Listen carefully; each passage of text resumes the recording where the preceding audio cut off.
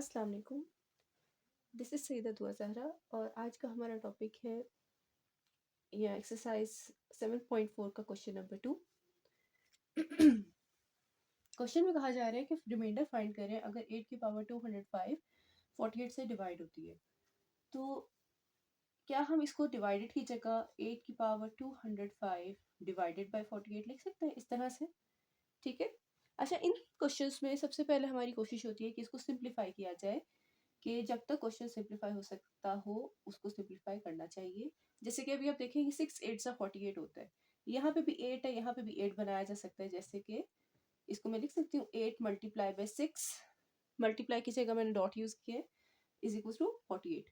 ठीक है, तो 8 एक मैं यहाँ से भी कॉमन ले लूँ ऊपर से, तो एक 8 बाहर निकालूंगी तो 8 इंटू 8 की पावर में से एक 8 बाहर निकाल लिया तो कितना रह गया 204।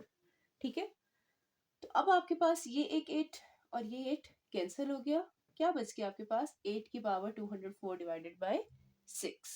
ठीक है, एज यू नो कि हम 8 को 2 रेज़ टू पावर 3 में लिख सकते हैं, ऐसा ही है। अच्छा, अब इसको हमने 2 की पावर में क्यों लिखना है, ये हमारा कंसर्न है, ये मैं आपको बताती हूँ। 8 को हम लिख सकते हैं 2 की पावर 3 और इसकी पावर क्या है 204 और ये डिवाइडेड बाय 6 है। ठीक है, अब चूंकि देखिए अब यहाँ पे भी 2 लिया जा सकता है पावर के अंदर से बाहर, और यहाँ पे भी 2 आपका 2 3 जार 6 करके लिखा जा सकता है, ऐसा है।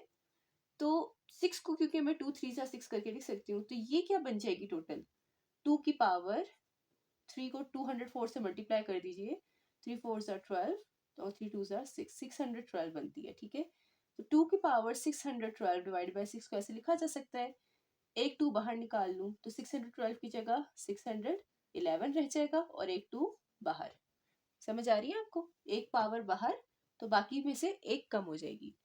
ठीक है, अब नीचे वाला 2 और ऊपर वाला 2 फिर से कैंसिल, सेम वही स्टेप है जिस तरह हमने पहले रिपीट कर चुके हैं 8 कॉमन लेके।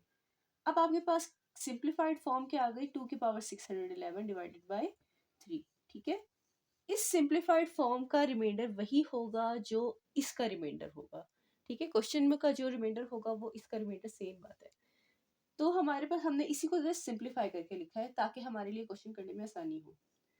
अब आप इसको लिख सकते हैं, हम अभी आप बायनॉमियल एक्सपेंशन यूज करना चाह रहे हैं हम, कि हम नीचे वाली टर्म को की सूरत में ऊपर वाली टर्म लिखना चाह रहे हैं। मतलब आप देखिए, अगर मैं रफली आपको बताऊं कि 2 को हम लिख सकते हैं 3 माइनस 1 और 2 की पावर 611 है, तो इसको मैं लिख सकती हूँ 3 माइनस 1 की पावर 611 और इस पे हम लगा ले बायनॉमियल थ्योरम। ठीक है, लेकिन मैं कोशिश करती हूँ अवॉइड करूँ इस माइनस को जो बीच में आ रहा है, तो मैं चाह रही हूँ क्यों ना मैं ऊपर वाली टर्म को 4 की शक्ल में लिख लूँ, ताकि नीचे वाली टर्म की शक्ल में 3 की शक्ल में लिखना है आपने लाजमी। 3 में से कुछ प्लस करना है, माइनस करना है। 2 3 में से -1 करके बन रहा था, 4 आपका 3 में +1 करके बनता है। ठीक है, अगर मैं कुछ करके ऊपर वाली टर्म को 4 बना लूँ, 4 की पावर में लिख लूँ, सम पावर में लिखें, ठीक है, तो वो 3 + 1 की पावर में लिखा जाएगा। ठीक है, तो मेरी कोशिश ये है कि मैं पहले इसको ऊपर वाली टर्म को 4 की पावर में लिख लूँ। समझ आई कि नहीं आई? इधर माइनस को अवॉइड करने के लिए, मैं प्लस लगाने के लिए बीच में मैं इसको 4 की सूरत में लिखना चाह रही हूँ। मतलब कहने का शॉर्टली मतलब है कि नीचे वाली टर्म छोटी है, बड़ी है, और ऊपर वाली टर्म छोटी है। इस टाइम मैं चाह रही हूँ कि नीचे वाली टर्म छोटी हो जाए और ऊपर वाली टर्म बड़ी हो उससे, लाइक 4 हो जाए। ठीक है, सो हमारे पास इसको 2 की पावर 611 को लिखा जा सकता है 2 की पावर, इसको मैं डब्बे को जरा एक मिनट साइड पे कर दूँ, तो इसको लिखा जा सकता है 2 की पावर 2, और अगर आप सॉरी, इसको मैं लिख सकती हूँ 2 इंटू 2 की पावर 610, क्योंकि 11 था तो उसमें से होल पावर में नहीं लिखा जा सकता था, डिवाइडेड बाय 3। ठीक है, अब ये हो सकता है 2/3 अलग कर दूं, और 2 की पावर 610 को मैं लिख सकती हूँ 2 स्क्वायर की पावर 305। आप बेशक करके देख लें कि 2 मल्टीप्लाई बाय 305 610 ही होता है। ठीक है, अब ये जो बना है ना 2/3, 2 स्क्वायर क्या होता है 4 पावर 305, ये वही 4 है जो मैं आपको कही थी, मैं ऊपर 4 की पावर में चाह रही हूँ क्वेश्चन में। ठीक है, तो यहाँ तक आई होप आपको समझ आई होगी।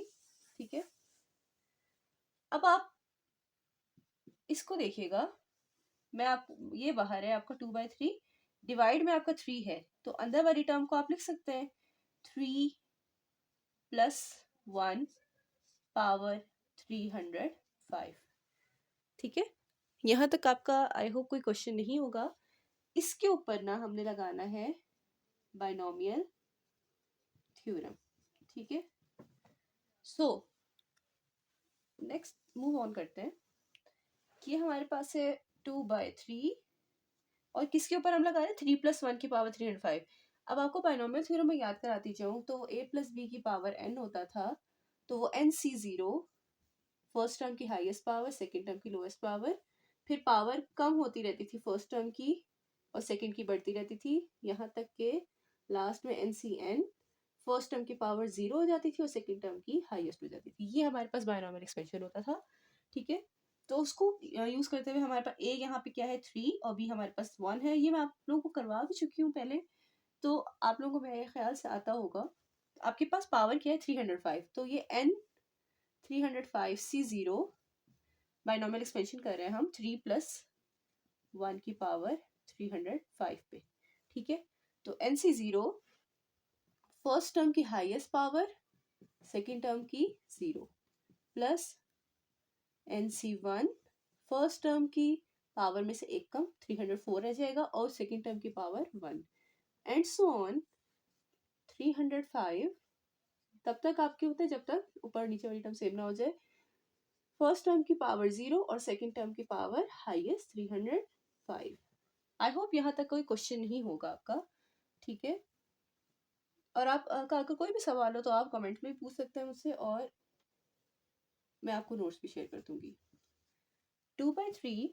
ठीक है, अब आपके पास ये देखिएगा, यहाँ पे एक इम्पॉर्टेंट स्टेप है, बल्कि ये आपका 3 की पावर 305 है डिवाइडेड बाई 3 हो।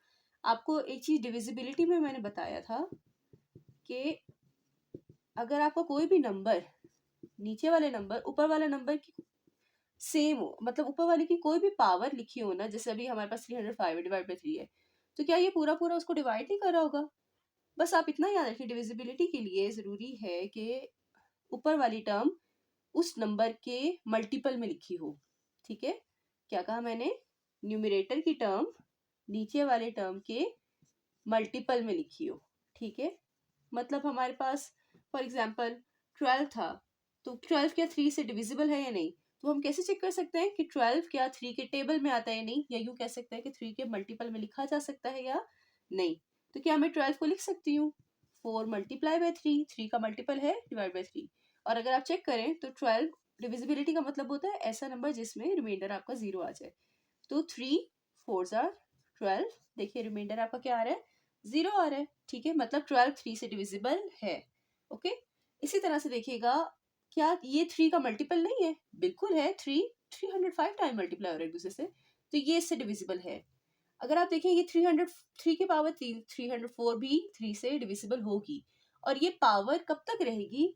लास्ट टर्म से पिछले वाली टर्म में भी अगर आप देखें तो 3 की पावर 1 जरूर आ रही होगी यहाँ पे। ठीक है, तो यहाँ तक के जितने भी नंबर्स हैं ना, यहाँ तक के ये सब आपके डिविजिबल बाय 3 हैं। ठीक है, किसके अलावा? Except last term. ठीक है, लास्ट टर्म के अलावा ये सारे नंबर इससे डिविजिबल हैं। ठीक है, सो हमारी सिर्फ लास्ट टर्म से ही मतलब हमें क्या मिलेगा? रिमाइंडर मिलेगा। ठीक है, आई होप समझ आ रही होगी। तो लास्ट टर्म में लिखने वाली बाकी सारे नंबर डिविजिबल हैं, तो मैं उनसे आपका रिमाइंडर क्या हो रहा होगा? 0 हो रहा होगा। ठीक है, तो हमें सिर्फ रिमाइंडर किससे मिलेगा? लास्ट टर्म से। ओके, तो लास्ट टर्म में उठा लूंगी, वो क्या है 305, कॉम्बिनेशन 305 क्या होता है? 1 ही होता है। 3 की पावर 0 क्या होता है? 1 ही होता है, और 1 की पावर 305 भी 1 ही होता है। तो ओवरऑल अगर आप देखा जाए तो लास्ट टर्म में क्या बच रहा है? 1। ठीक है, तो ये क्या रह जाएगा? 2/3। और एक चीज याद रखिएगा, जब भी आपका न्यूमरेटर डिनोमिनेटर से लेस देन होगा तो रिमाइंडर का आंसर क्या होगा? न्यूमरेटर इटसेल्फ ही होगा। ठीक है, तो हमारे पास रिमाइंडर, हेंस हम कह सकते हैं कि रिमाइंडर हमारे पास क्या है? 2 ही है। ये बात अगर आपको समझ नहीं आई, देखिएगा 2 छोटा है ना, 2 अंदर, 3 बड़ा है बाहर। न्यूमरेटर डिनोमिनेटर से छोटा था, वो अंदर, और डिनोमिनेटर बाहर। अब 3 2 पे तो नहीं जा सकता, लेकिन 3 0 सा 0 करूं तब आपका ये डिवाइड हो सकता है ना, तो रिमाइंडर आपका क्या बन रहा है, फिर भी 2 ही बन रहा है। सो इसको कहते हैं जब आपका न्यूमरेटर डिनोमिनेटर से छोटा हो तो रिमाइंडर आपका न्यूमरेटर की वैल्यू ही होती है। आई होप यहाँ तक आपको समझ आ गई होगी। अल्लाह हाफिज़।